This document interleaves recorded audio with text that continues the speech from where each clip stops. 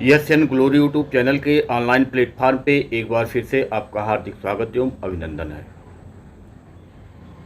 परीक्षा की तैयारी के क्रम में बीएड सेकेंड ईयर का जो एग्ज़ाम होना है 2 सितंबर से, उसकी परीक्षा की तैयारी के क्रम में हम चर्चा कर रहे थे शिक्षण प्रतिमानों की।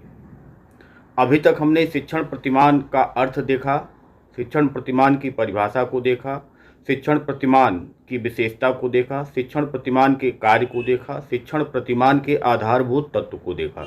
आज हम चर्चा करेंगे कि शिक्षण प्रतिमान जो रॉबर्ट ग्लेसर ने दिया, बुनियादी शिक्षण प्रतिमान, बेसिक टीचिंग मॉडल, बुनियादी शिक्षण प्रतिमान रॉबर्ट ग्लेसर ने जो दिया, उसमें उन्होंने क्या बताया, कैसे बताया, आज हम इस पे चर्चा करेंगे। तो सबसे पहले रॉबर्ट ग्लेजर ने जो सिद्धांत दिया, जो प्रतिमान दिया, वो सन 1962 ईस्वी में दिया। यानी कि बुनियादी शिक्षण प्रतिमान का जो विकास किया रॉबर्ट ग्लेजर ने, वो सन 1962 ईस्वी में किया। जो यह प्रतिमान है, यह अधिगम को ज़्यादा महत्व देता है। अधिगम को ज़्यादा महत्व देने का मतलब कि यह बाल केंद्रित है। यह टीचिंग तब प्रभावशाली मानेगा जब इसमें जो अधिगम है वह ज़्यादा से ज़्यादा हो, अधिक से अधिक हो। यानी यह ये मान के चलता है कि शिक्षण वह विशेष क्रिया है जो उपलब्धि केंद्रित होती है। शिक्षण किया गया, अधिगम हुआ कि नहीं हुआ, यह इस पे चर्चा करता है, या इस पे बात करता है। शिक्षण किया गया तो अधिगम होना चाहिए। अधिगम जिस स्तर का होगा उतना ही प्रभावशाली शिक्षण माना जाएगा। तो यह अधिगम या उपलब्धि केंद्रित प्रतिमान है।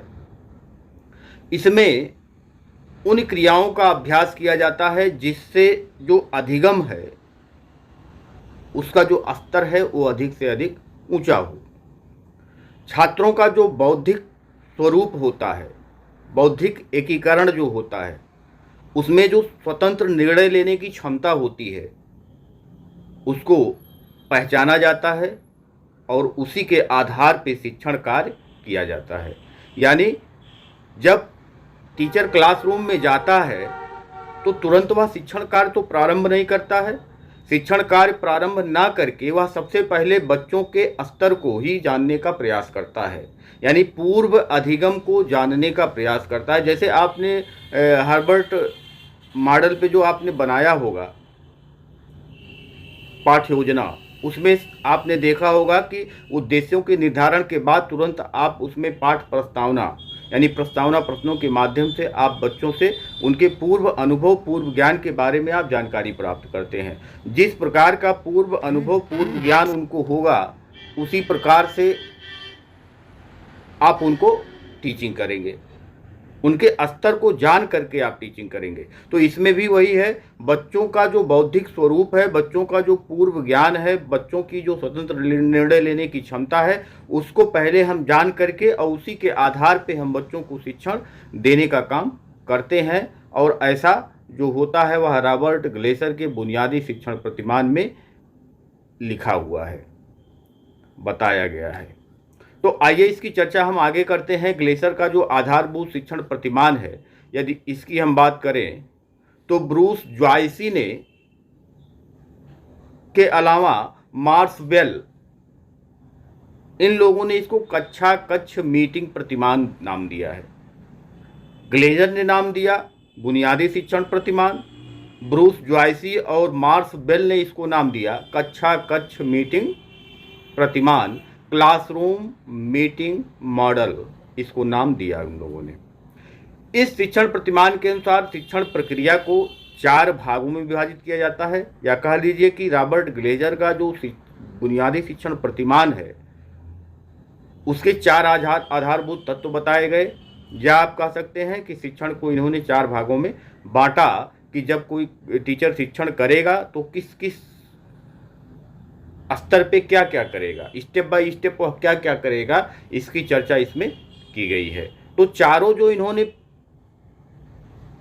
भाग बताया या चारों जो आधारभूत तत्व बताया, इसमें सबसे पहला जो इन्होंने बताया वो ये बताया अनुदेशनात्मक उद्देश्य। दूसरा इन्होंने बताया प्रारंभिक व्यवहार। तीसरा इन्होंने बताया अनुदेशनात्मक प्रक्रिया। और चौथा इन्होंने बताया निष्पादन मूल्यांकन। तो आइए एक एक करके हम इसकी चर्चा कर लेते हैं। और ये जब भी आपके एग्जाम में पूछा जाएगा बुनियादी शिक्षण प्रतिमान के बारे में, तो आप ये फिगर आप जरूर बनाएंगे। अनुदेशनात्मक उद्देश्य का मतलब होता है कि हमने उद्देश्यों को निर्धारित कर लिया और उसके बाद हमको क्या क्या करना है टीचिंग के दौरान, हमने उसका पूरा एक योजना तैयार कर लिया।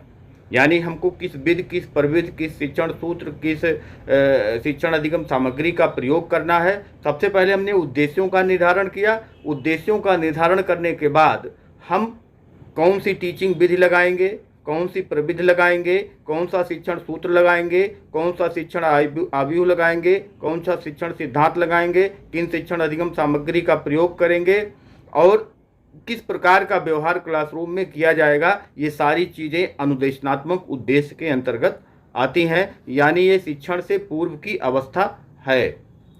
दूसरा जो स्टेप इसमें आता है प्रारंभिक व्यवहार। प्रारंभिक व्यवहार में बच्चों के पूर्व ज्ञान का पता लगाया जाता है और उसके आधार पे ही शिक्षण के स्तर को निर्धारित किया जाता है कि शिक्षण का स्तर स्मृति स्तर का होगा, कि बोध स्तर का होगा, कि चिंतन स्तर का होगा। तो प्रारंभिक व्यवहार में बच्चों के पूर्व ज्ञान का पता लगा करके और हम शिक्षण के स्तर को चुनते हैं कि कौन सा शिक्षण स्तर यहाँ उपयुक्त होगा।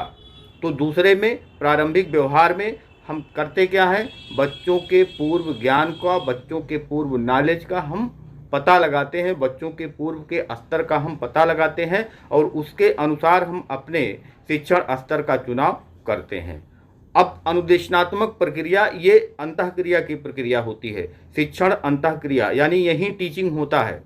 तो जब टीचिंग होता है तो जो हमने पूर्व में हमने निर्धारित किया था कि कौन सा शिक्षण विधि लगाएंगे, कौन सा शिक्षण प्रविधि लगाएंगे, कौन सा शिक्षण सूत्र लगाएंगे, कौन सा शिक्षण सिद्धांत लगाएंगे, तो ये सारी चीज़ें, कौन सा शिक्षण अधिगम सामग्री हम प्रयोग करेंगे, तो ये सारी चीज़ें जो होंगी वो अनुदेशनात्मक प्रक्रिया के अंतर्गत आएंगी और यहाँ पे हम उसका यूज़ करेंगे और बच्चों को शिक्षण करने का कार्य हम करेंगे, यानी बच्चों को हम पढ़ाने का कार्य करते हैं। तो ये जो टीचिंग के दौरान जो सारी चीज़ें होती हैं उसी में अनुदेशनात्मक प्रक्रिया आता है। और लास्ट में है निष्पादन मूल्यांकन। यानी निष्पादन मूल्यांकन में क्या आता है, निष्पादन मूल्यांकन का मतलब होता है कि जिन शिक्षण उद्देश्यों को लेकर के हमने शिक्षण कार्य किया उसकी प्राप्ति कहाँ तक हुई, यानी उद्देश्यों की प्राप्ति किस सीमा तक हुई, इसका जब हम जानकारी प्राप्त करते हैं तो ये निष्पादन मूल्यांकन के अंतर्गत आता है। तो ये रॉबर्ट ग्लेसर का जो बेसिक शिक्षण प्रतिमान था, केवल इतनी सारी चीज़ें हैं 1962 में इन्होंने दिया। ये शिक्षण से ज़्यादा अधिगम को महत्व देते हैं, बच्चों के स्वतंत्र विचार जो होते हैं उनको जानने का ये प्रयास करते हैं, बच्चों के शिक्षण के स्तर को ये जानने का प्रयास करते हैं और उसी के आधार पे जो शिक्षण कार्य होता है उसको किया जाता है। तो हमने इसकी चर्चा हम कर चुके। अनुदेशनात्मक उद्देश्य ये वे उद्देश्य हैं जो शिक्षण शुरू करने से पूर्व शिक्षक निर्धारित करता है। ये उद्देश्य व्यवहारिक रूप में लिखे जाते हैं। ये उद्देश्य सीखने की सीमा का बोध कराते हैं। शिक्षक इन्हीं उद्देश्यों की पूर्ति के लिए शिक्षण कार्य करता है, यानी उद्देश्यों का निर्धारण इसके अंतर्गत आता है। दूसरा स्टेप प्रारंभिक व्यवहार। शिक्षण प्रक्रिया शुरू करने से पहले छात्रों के पूर्व ज्ञान, बुद्धि का स्तर, सीखने की क्षमता, योग्यता, जब इसका आकलन हम करते हैं तो सारी शिक्षण प्रक्रिया जो होती है उसमें वो पूर्व व्यवहार पर आधारित होती है। तो बच्चों का पूर्व व्यवहार जो होता है, बच्चों का जो पूर्व ज्ञान होता है उसकी जानकारी हमारे लिए आवश्यक होती है। तो वो जानकारी करना इस स्टेप में आता है। अनुदेशनात्मक प्रक्रिया में जो शिक्षण कार्य होता है वो आता है, हमने आपको बताया। तो अनुदेशनात्मक प्रक्रिया में शिक्षण अधिगम की जो प्रक्रिया होती है वो संचालित होती है। पहले जो हम नियोजन कर चुके होते हैं कि कौन सी शिक्षण विधि प्रविधि सूत्र आयु शिक्षण अधिगम सामग्री का प्रयोग करेंगे, हम यहाँ ला करके उसका प्रयोग करते हैं। और लास्ट में निष्पादन का मूल्यांकन, यानी हमने जो उद्देश्य निर्धारित किया था वह उद्देश्य किस सीमा तक हमको प्राप्त हुआ या नहीं हुआ, अगर हुआ तो किस स्तर तक प्राप्त हुआ, अगर नहीं हुआ तो क्यों नहीं हुआ, इसकी जानकारी हम निष्पादन मूल्यांकन के अंतर्गत हम करते हैं। और लास्ट में जब हम मूल्यांकन कर लेते हैं तो हम उसका फीडबैक बच्चों को देते हैं और बच्चों को भी फीडबैक मिलता है और साथ साथ टीचर को भी फीडबैक मिलता है। बच्चों को फीडबैक मिलता है कि उन्होंने जो सीखा वो कहाँ तक सीखा, और टीचर को फीडबैक मिलता है कि जो उसने पढ़ाया वो कहाँ तक सार्थक रहा और उसकी जो शिक्षण विधि प्रविधि जो सूत्र सिद्धांत जो उसने लगाया वो कहाँ तक सार्थक रहे, ये फीडबैक टीचर को मिलता है। तो यानी जब ग्लेसर के सिद्धांत की व्याख्या हम निष्पादन मूल्यांकन के अंतर्गत करते हैं तो यहाँ पे बालक और शिक्षक दोनों को फीडबैक प्राप्त होता है।